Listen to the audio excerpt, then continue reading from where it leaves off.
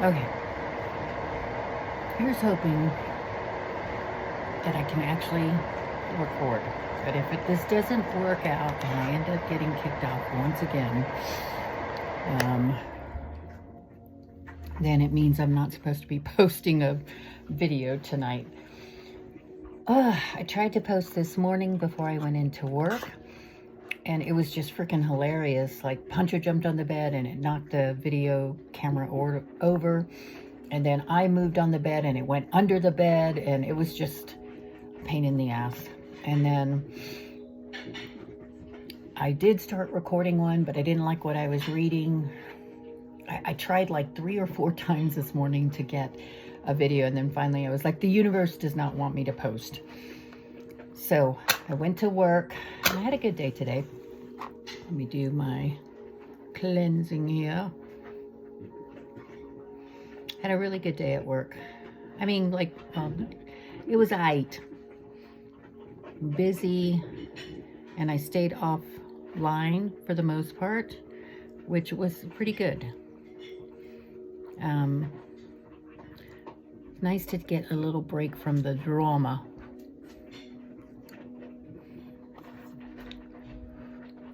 That didn't do much. It was nice to get a little break from, you know, the Earth Angel novella and what's been going on in the world. So I didn't pay much attention. I was not aware. You know, I'm not gonna lie, yesterday's video of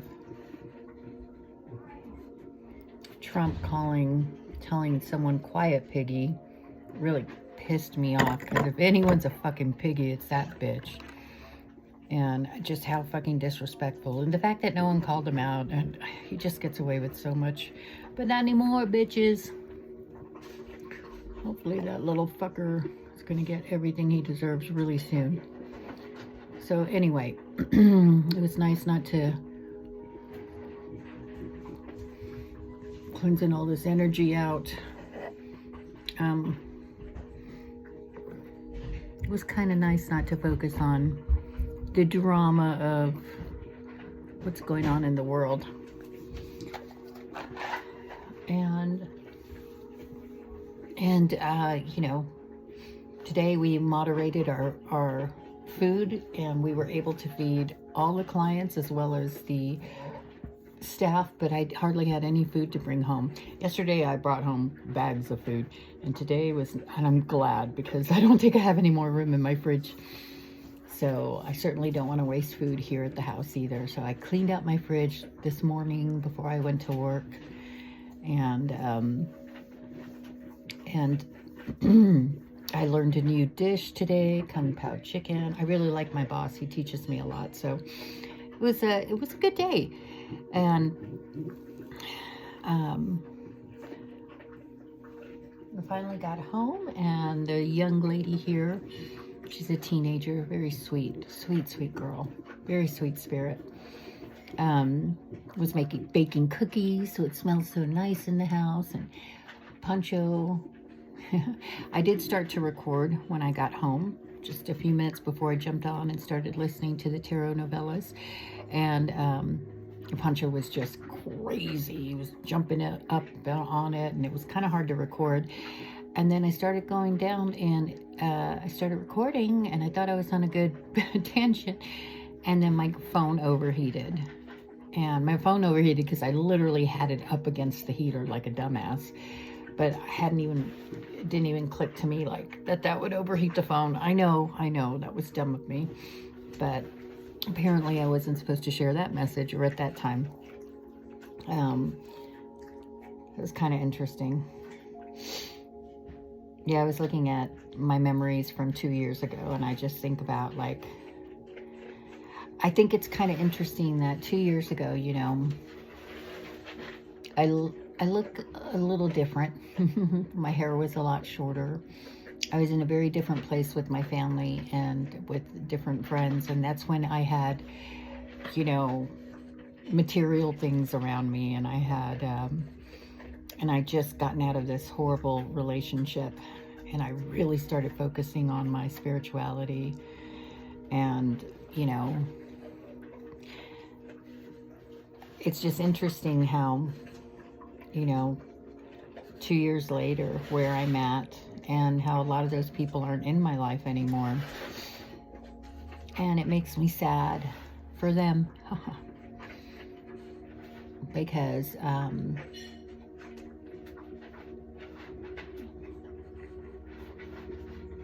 I'm still the same girl. If not, I'm probably even kinder and wiser than I was those 2 years ago. Just some really shitty things happened to me during that time, in those 2 years, and none of those people really stepped up to try and help me or believe me.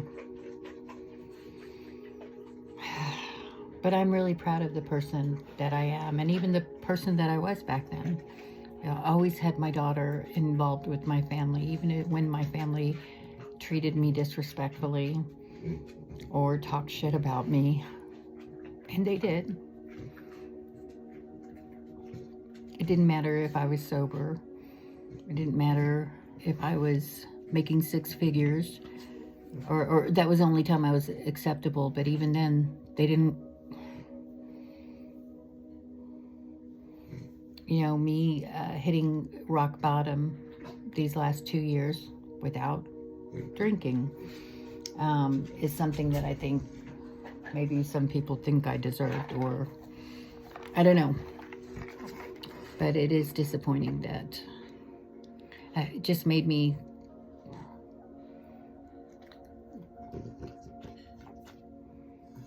I had a lot of people around me when I was able to give, materially at least. And when I wasn't useful like that anymore, I didn't have many people around me. Or if I lost everything, all of my material possessions, people had assumed that it was because I was doing something wrong, or I was drinking, or whatever it was. And I know that that wasn't the case. And so I'm really proud of myself. I really am. To be able to stay sober and to continue on my spiritual journey and have learned so much more. I'm just really grateful. I really am. So yeah, looking at those pictures, and that was around the time I got my little Panchitos. We got him in July. He was born in May, and we got him in July. Deli picked him out. So he was just a wee pup then. Come here, buddy. You want to say hello? Come here. Come here. Oh, why are you looking so pouty? You want to say hello? Come say hello. Oh, my goodness. It's a big pork chop. You was a big pork chop. My little piggy. I won't tell you quiet, piggy. I like you. I love you, buddy. He's such a good boy. All right, that's my gut, dude. All right, so anyway, this probably won't be too long a video, but I lighted that incense smells good. I have my warm cookies over here. I have my milk. I've got my Panchitos. I got to talk to my daughter yesterday, so I'm good. And,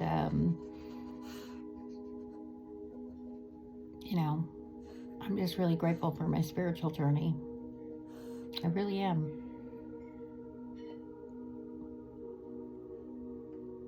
And I'm grateful for this Earth Angel project. I know I post a lot about it, and people see the EAP and Purple Heart, and they're probably like, what the fuck is this woman talking about? And that's okay. No one needs to understand it, but it really helps me process, because as an empath, you know, talking about the Epstein stuff, it triggers me. Talking about the Mormon sex abuse, you know, talking about the Mormon church in general, but especially how it hides sex abuse crimes and doesn't protect the children. That really triggers me. But it's an important part of the project, and I know that it came into the project so that I could look at those wounds and heal them, so that those wounds will no longer trigger me to want to drink. And honestly, I haven't wanted to drink in a long time. a long time,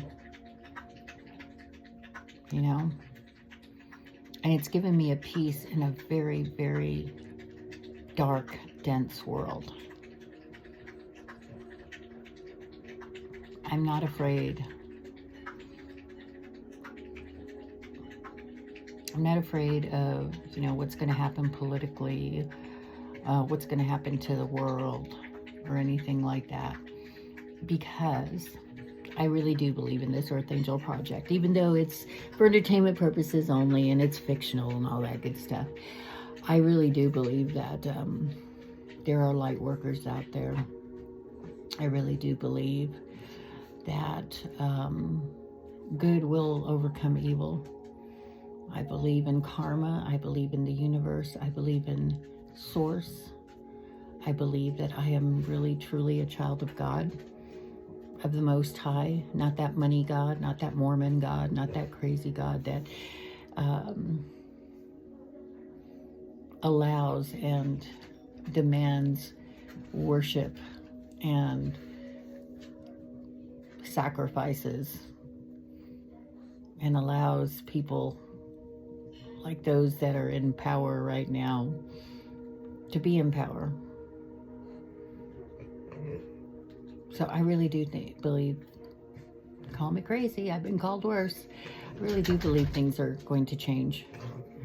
And I'm going to trust the universe, so I'm going to keep telling the Earth Angel story. I'm going to try not to take it so freaking personal, because at the end of the day, I know that everything is happening exactly as it should be. Even my hiccups, you know, I was thinking about that. Like, wow, 2 years ago, I had that big, beautiful house. 3 years ago, had a big, beautiful house. I was just on target to great things. And in my own personal version of Job, had my own personal, where everything was taken from me. I mean, thank goodness my daughter, I didn't lose my daughter, Adela, but, you know, I haven't been able to be a part of her life. I've struggled so much, and I have stayed so true to my sobriety and to my spiritual journey. And there are times when I cried out, like, I keep doing the next right thing. Why does this keep happening to me? Why? I know what my ex is doing. I know what my family is up to. And why, God? Why won't you protect me? Why won't you?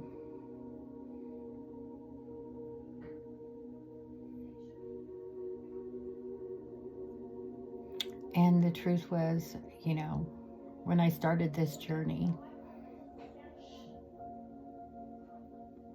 Spirit told me, do you trust me? And I said, yes.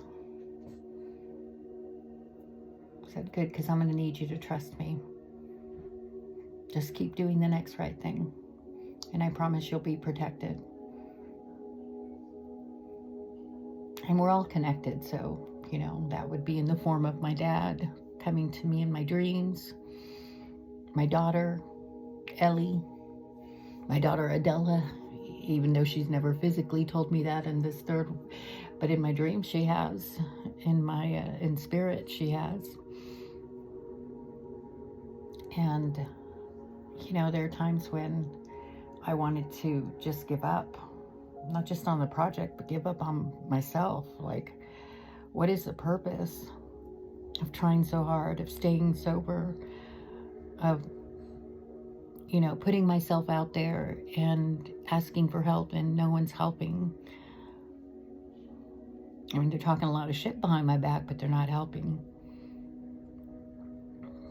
And I'm still learning, still figuring that out, but I know it's really taught me to find who I am within and really to love and protect myself the way I should have been protected when I was a little kid, you know, the way I want to protect Adela, the way I should have been protected by lovers, by parents, by family, by friends. And I'm really grateful for that, because I don't mind being alone, like physically alone, because I know I'm not alone. It was in this time where I've been in hermit mode that I found out who I really am and what I'm really made of. And I'm strong as fuck. And I'm creative, and I'm brilliant, and I'm beautiful. And I don't give a fuck if no one else sees that but myself and my dog. Right, Panchitos? I really don't.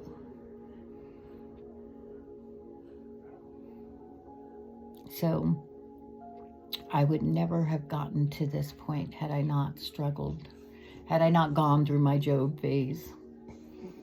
I mean, that doesn't mean I want to live in poverty the rest of my life, or I want to live without people or live without love, because I do believe, even at 51, that I will find the love of my life. I know I've been working on manifesting that relationship for years. And I know I'm ready for it. But it would never be with someone like my fucking ex. Never. And that's when the universe shifted for me. When I finally cut him off, and narcs don't take that very well. And the universe said, okay, you got to prove it, Terry. Don't go back to those toxic ways. And I asked the universe to expose to me who was in my corner and who was good for me and who wasn't. And I didn't care who it was. I needed to know. And again, Spirit said to me, careful what you wish for. And people that I really didn't expect.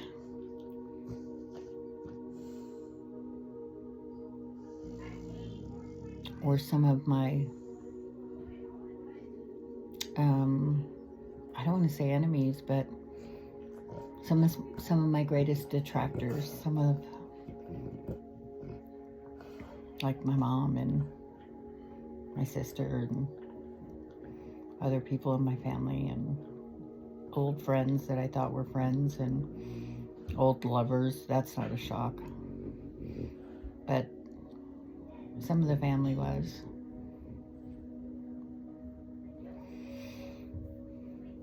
And I asked to know the truth about what was going on in the world, and about religions, especially the one I'd been raised in. And God, were my eyes opened and my heart broken. But I'm glad it was, because I'd rather live in truth. I'd rather rebuild on a firm foundation, not on sand. And I'm grateful for that. So I'm so grateful right now. I'm kind of tired. Oh, excuse me. So I thought I'd just jump on and talk a little bit about that before. Let me see what book I want to read today.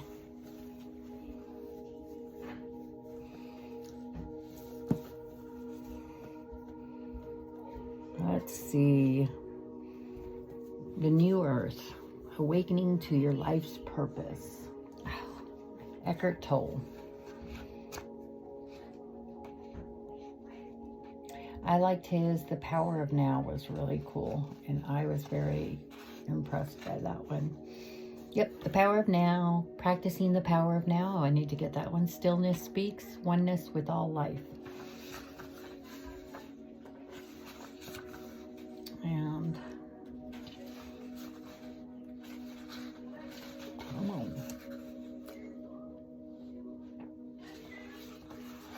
A New Earth.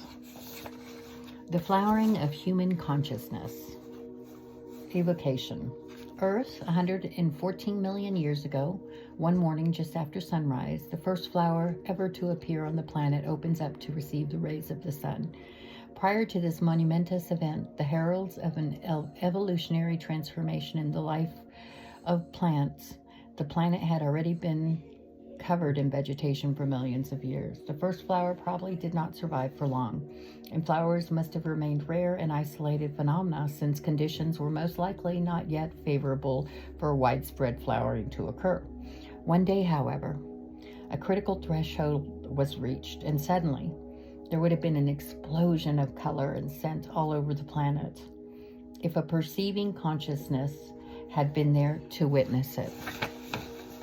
Much later, those delicate and fragrant beings we call flowers would come to play an essential part of the evolution of consciousness of other species. Humans would increasingly be drawn to and fascinated by them.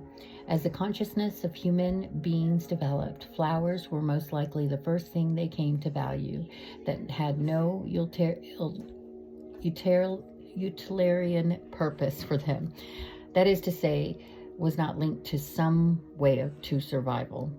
They provided inspiration to countless artists, poets, and mystics. I am Terry de la Rosa, Terry from the Rose. They provide inspiration to countless artists, poets, and mystics. Jesus tells us to contemplate the flowers and learn from them how to live.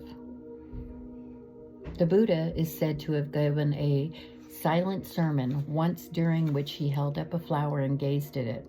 After a while, one of those present, a monk called Mahakasyapa, began to smile. Can't say that name. He is said to have been the only one who had understood the sermon.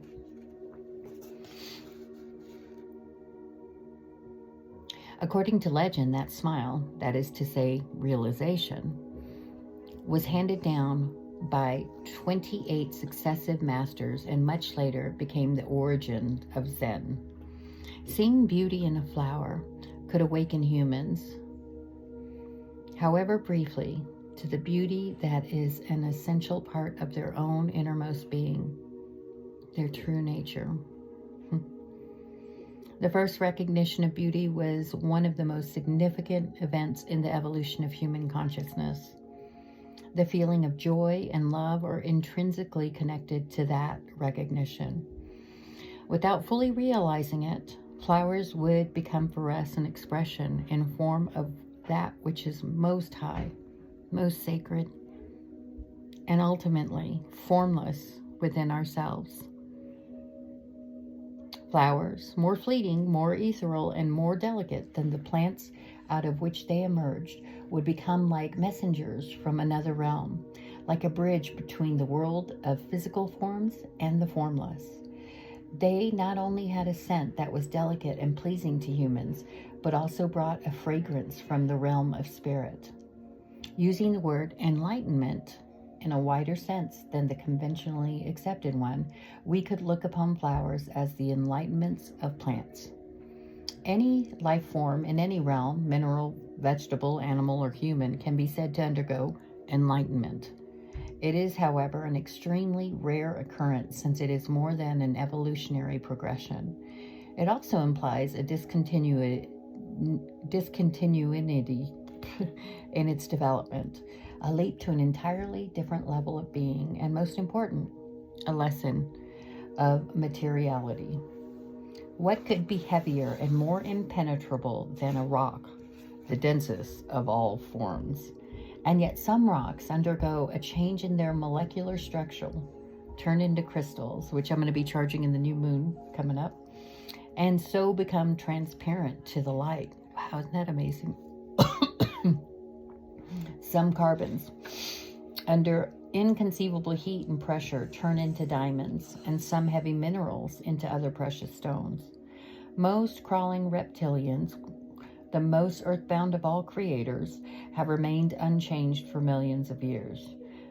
Some, however, grew feathers and wings and turned into birds, thus defying the force of gravity that had held them for so long. They didn't become better at crawling or walking, but transcended crawling and walking entirely. Since this immemorial, flowers, crystals, precious stones, and birds have held special significance for the human spirit. Like all forms, they are, of course, temporary manifestations of the underlying one life, one consciousness. Oh, Pancho! These special significance and the reasons why humans feel such fascination for an affinity with them can be attributed to their ethereal quality. Once there was a certain degree of presence, of still and alert attention in human beings' perceptions, they can sense the divine life essence, the one indwelling consciousness or spirit in every creature, every life form, recognizing it as one with their own essence, and so love it as themselves. Until this happens, however, most humans see only the outer forms, unaware of the inner essence, just as they are unaware of their own essence and identify only with their own physical and psychological form.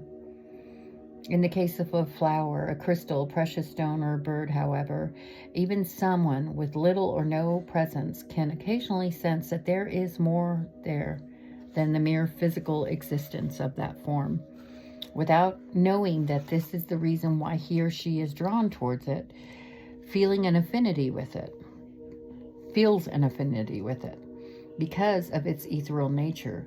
Its form obscures the indwelling spirit to a lesser degree. That is the case with other life forms. The exception to this are all newborn life forms, babies, puppies, kittens, lambs, and so on. They are fragile, delicate, and not yet firmly established in materiality. An innocence, a sweetness, and beauty that are not of this world still shine through them. They delight even relatively insensitive humans. So when you are alert in contemplating a flower, crystal, or bird without naming it mentally, it becomes a window for you into the formless. There's an inner opening, however slight, into the realm of spirit. That is why these three enlightened life forms have played such an important part of the evolution in human consciousness since ancient times. Why, for example, the jewel in the lotus flower is the central symbol of Buddhism, and a white bird, the dove, signifies the Holy Spirit in Christianity. They have been preparing the ground for a more profound shift in planetary consciousness that is destined to take place in the human species. This is the spiritual awakening that we are beginning to witness now. The purpose of this book: is humanity ready for a transformation of consciousness? An inner flowering so radical and profound that compared to it, the flowering of plants, no matter how beautiful, is only a pale reflection? Can human beings lose the density of their conditioned mind structures and become like crystals or precious stones, so to speak, transparent to the light of consciousness? Can they defy the gravitational pull of materialism and materiality that rise above identification with form, that keeps the ego in place and condemns them to imprisonment within their own personality? I can think of the possibility of such a transformation has been the central message of the great wisdom teachings of humankind. The messengers, Buddha, Jesus, and others, not all of them known, they were humanity's early flowers. They were precursors, rare and precious beings. A widespread flowering was not yet possible at that time, and their message became largely misunderstood. It's exactly what I say about Jesus. And often greatly distorted. Mormon Church, Catholic Church. It certainly did not transform human behavior, except in a small minority of people. Is humanity more ready now than at the time of those early teachers? Why should this be so? What can you do, if anything, to bring about an accelerate this inner shift? God, this is perfect for now. What is it that characterizes the old egoic state of consciousness, and by what signs is the new emerging consciousness recognized? These and other essential questions will be addressed in this book, and more importantly, this book itself is a transformational device that has come out of the arising new consciousness. The ideas and concepts presented here may be important, but they are secondary. They are no more than the signposts pointing towards awakening.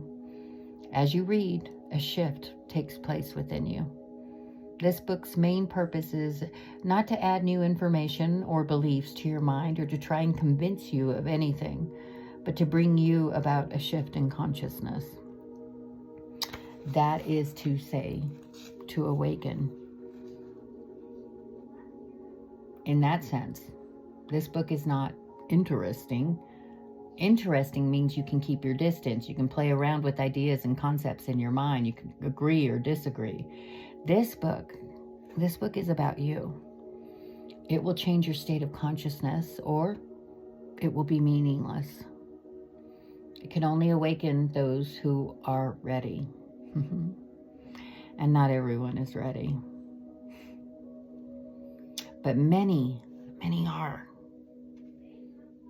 And with each person who awakens, the momentum in the collective consciousness grows, and it becomes easier for others. If you don't know what awakening means, read on. Only by awakening can you know the true meaning of that word. A glimpse is not enough to initiate the awakening process, which is irreversible. For some, that glimpse will come while reading this book. For many others who may not even have realized it, the process has already begun. This book will help them recognize it. For some, it may have become through loss or suffering. For others, through coming into contact with a spiritual teacher or teachings. Through reading The Power of Now, which I did read through this project, or some other spiritual, alive, and therefore transformational book, The Naked Now by Richard Rohr, Breathing Underwater by Richard Rohr, or any combination of the above. If the awakening process has begun in you, the reading of this book will accelerate and intensify it.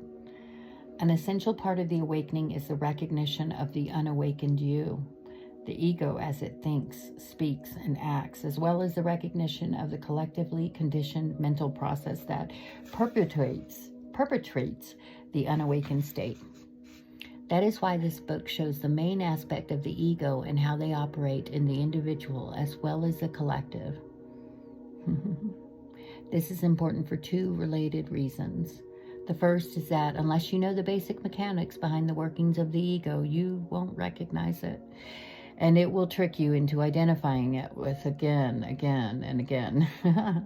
This means it takes you over, an imposter pretending to be you.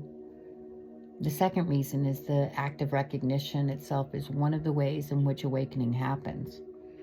When you recognize the unconsciousness in you, that which makes the recognition possible is the arising consciousness, is the awakening.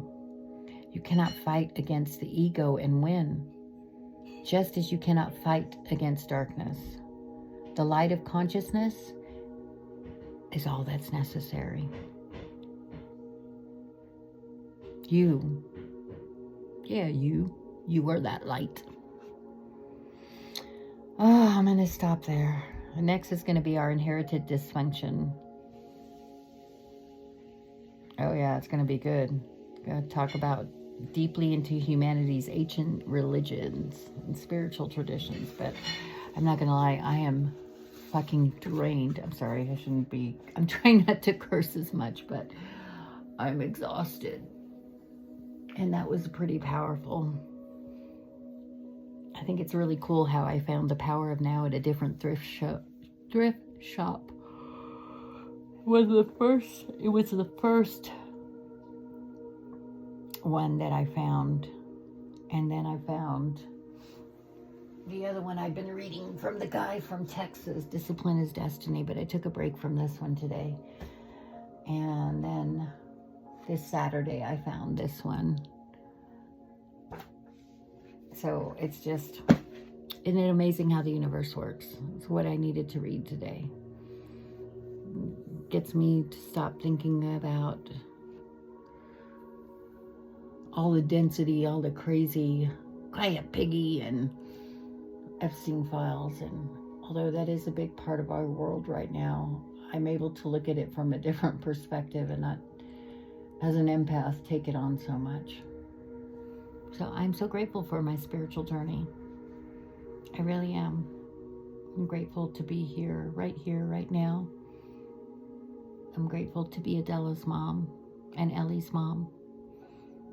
I'm grateful to be Johnny's daughter. I'm grateful to be Pancho's bitch. I do whatever that little turd wants. I'm just grateful. I really am. I'm grateful for the job that I work. I'm grateful for the home that I'm in. I'm grateful for the food that I get to eat. And I am even grateful for this project, as much as it gets on my fucking nerves sometimes. And I wish, yes, I wish things would accelerate, because I know what a different world we could live in. But I also understand that my timing isn't necessarily divine timing. So I'm going to trust the universe. I'm going to trust my higher power, that in these still moments, in what I may think is stagnant, is rich with opportunities just to appreciate and love what's around me. And I do. That's why I'm grateful for my spiritual journey. And that is why I hope to share my testimony, to share my story with others that may have struggled with addiction or sexual abuse, or God, there's so much, but to give them hope. And that's why I'm going to keep working on the project, as annoying as it can be, but also as healing as it can be, because it really is saving my life. It really is. And I'm glad I listened to my ancestors, my intuition, my higher conscious, to, even though I didn't know what the fuck I'm doing, I still don't some days, but just to surrender and to go with the flow and to read what I read, not even knowing what's going to be coming up, and just trust that the universe has a message for me, and he never, ever fails. The universe never fails me. So anyway, that's all I've got for tonight. And my phone did not turn off. 3737. I'm going to wish you a good night, and we'll see how, I'll come back tomorrow morning or tomorrow night. I definitely want to read some more of that New Earth. That was really good. But I love you. If anyone is watching, thank you for being a part of my spiritual journey. And yeah, breathe a little easier. This too shall pass. The piggy will be quiet at some point. Some point sooner than later. And that I can trust the universe to take care of. Not me, not my anger. Just what a miserable, sad person to have attracted all that. But I'm going to let karma take its course. I'm not going to feed any more energy into that, at least for now. I'll try not to. All right, love you. Good night.